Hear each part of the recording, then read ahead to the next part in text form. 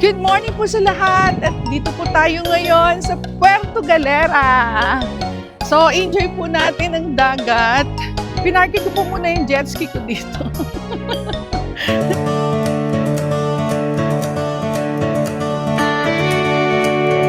Sunny side up with Diana.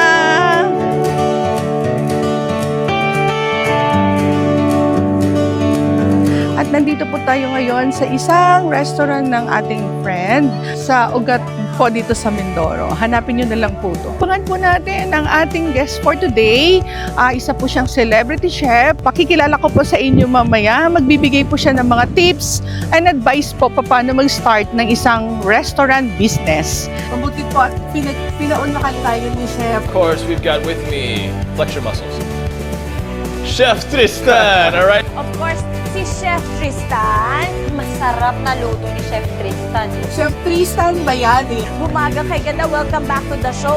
Ay, umagang kay ganda. Siyempre naman, papaunlakan, di ba? So, nakita ko si Chef ako naglalakad ako.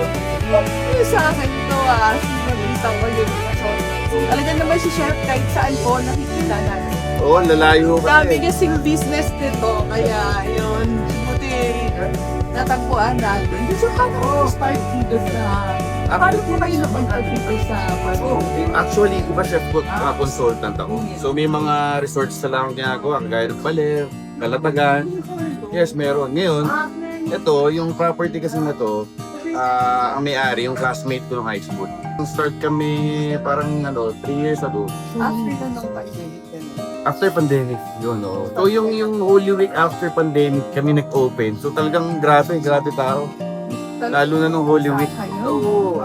Para po sa kaalaman ng lahat, si Tristan din po yung owner ng Bayani Taxi po sa Tagaytay. Ang dami po yung mga friends.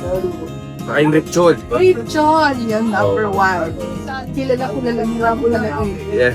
Kaya ni Papsi, bali ang may-ari na ngayon yung friend ko na. Yun na lang sa akin, Richard, tapos yung mga ibang ko na lang, ibang hinahawang consultants. So yung nakakatuwa, sobrang na-happy ako sa puso. Oh, di ba saka nakita naman yung pagkain, di ba? Big serving. Sobrang Saka sarap. masarap. Kaya pag pumunta kayo ng Puerto Galera White Beach, kahit kumain, babalik ka rin sa amin. Ay, babalik talaga siya. Di ba? From appetizer pa lang, di ba? So, Yes, oo, yung mga friend ko sa Oo. serving nyo. Kaya. Gusto ko kasi siyempre ilalagay ko yung sarili ko dito. Satisfied na Kakain. Kaya laging sinasabi sa mga kusinero pagka luluto kayo sa amin. Lagi kayo di ba? Kasi dinaanan ko yan eh. Gusto ko nakikita yung reaksyon ng tao pag kumakain. Tanggal pagod mo. Kapag-wise lang kasi chef mangyari. Alam mo yung mga tao, Oo, yung importante.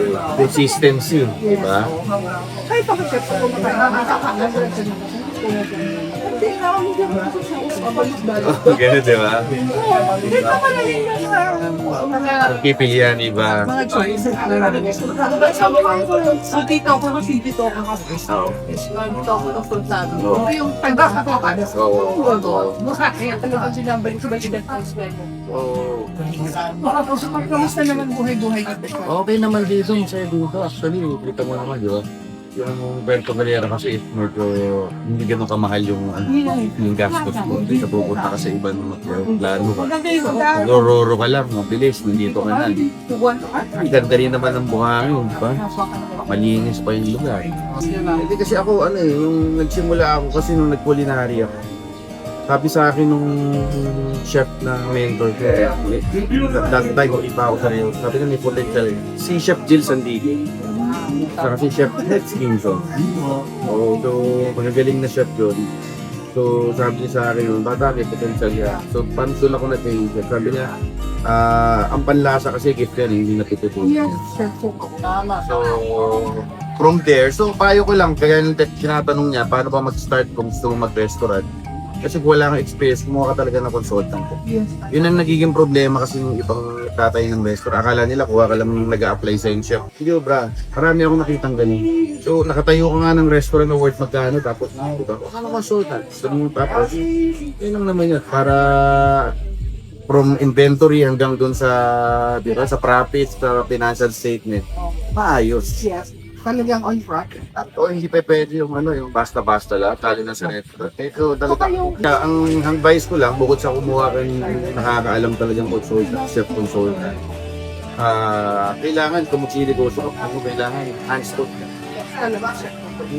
Ang tagal ko na sa negosyo, talagang Talaga everyday nyo talaga. kailangan number one kasi inventaryo, ang pinaka-importante yung tututukan.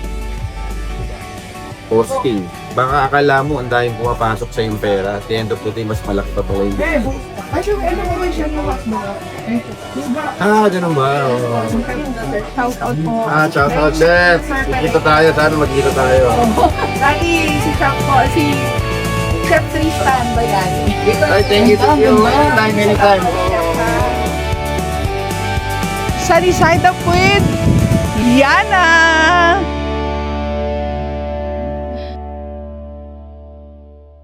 Ayan! Highly recommended. Ayan! Best Mindoro. Yan! So if you are here in Puerto Galera, don't forget to pass by Ugat.